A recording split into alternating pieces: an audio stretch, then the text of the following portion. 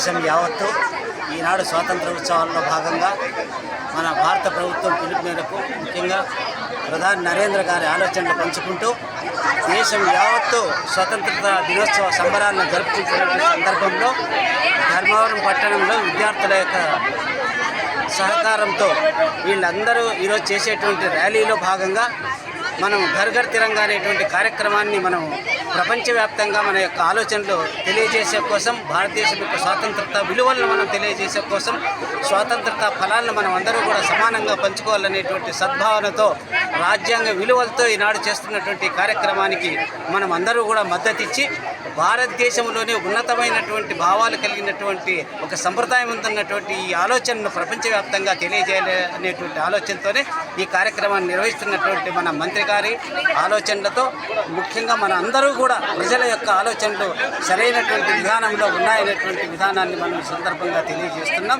మనమందరూ కూడా ఘర్ ఘర్ తిరంగా కార్యక్రమంలో మనందరూ ర్యాలీలో పాల్గొని దీన్ని విజయవంతం చేయాలని చెప్పి కోరుకుంటున్నాం. జై భారత్, జై బోలో భారత్. ఈ పథకం ఎన్ని అడుగులు?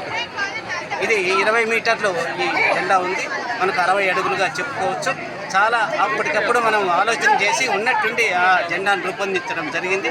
ముఖ్యంగా పింగళి వెంకయ్య యొక్క మన తెలుగువాడి యొక్క ఆలోచనలు భారతదేశం యావత్తు ప్రపంచానికి మన భారతదేశం గుర్తుగా యొక్క జాతీయ జెండా ఉన్నటువంటిది. ఈ జాతీయ జెండా మనం అందరూ కూడా ఎప్పుడు కూడా గౌరవించాలి. అన్ని జెండాల కంటే ఉన్నతంగా ఉంచడానికి మనం చాలా పోయినా పర్వాలేదు, ఈ భారతదేశం జెండా మనం ఉన్నతంగా ఉండాలి, ఉన్నతంగా ఎగరాలనేటువంటి మన భావాన్ని మనం ఎప్పుడు కలిగి ఉండాలా.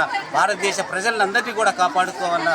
భారతదేశ సంస్కృతిని మనం ముందుకు కొనసాగించాలని చెప్పి సందర్భంగా. ఎంతమంది పాల్గొన్నారు విద్యార్థులు? మనకు ఈ ధర్మవరం పట్టణంలో దాదాపుగా మనకు ఒక 10,000 మంది విద్యార్థుల దాకా పాల్గొంటున్నారు. జూనియర్ కాలేజీ, డిగ్రీ కాలేజీ, మనకు 15 సంవత్సరాల పైన ఉన్నటువంటి విద్యార్థులందరూ కూడా, బాలబాలికలందరూ కూడా పాల్గొని ప్రభుత్వ ప్రైవేట్ పాఠశాలల యొక్క కళాశాల నుంచి వచ్చినటువంటి విద్యార్థులు, సహకరించినటువంటి యాజమాన్యాలు, ఆలోచన చేసినటువంటి ముఖ్యంగా మన మంత్రి గారి యొక్క సత్యకుమార్ యొక్క ఆలోచనలు మనం అందరూ కూడా చక్కగా ఇక్కడ పంచుకుంటున్నాము. ఈ స్వతంత్రత సమరాన్ని మనం ఈరోజు తిరిగి ప్రజలందరికీ కూడా ఈరోజు దాని యొక్క ఆలోచనలు తెలియజేయాలని చెప్పి కోరుకుంటాను. ధన్యవాదాలు.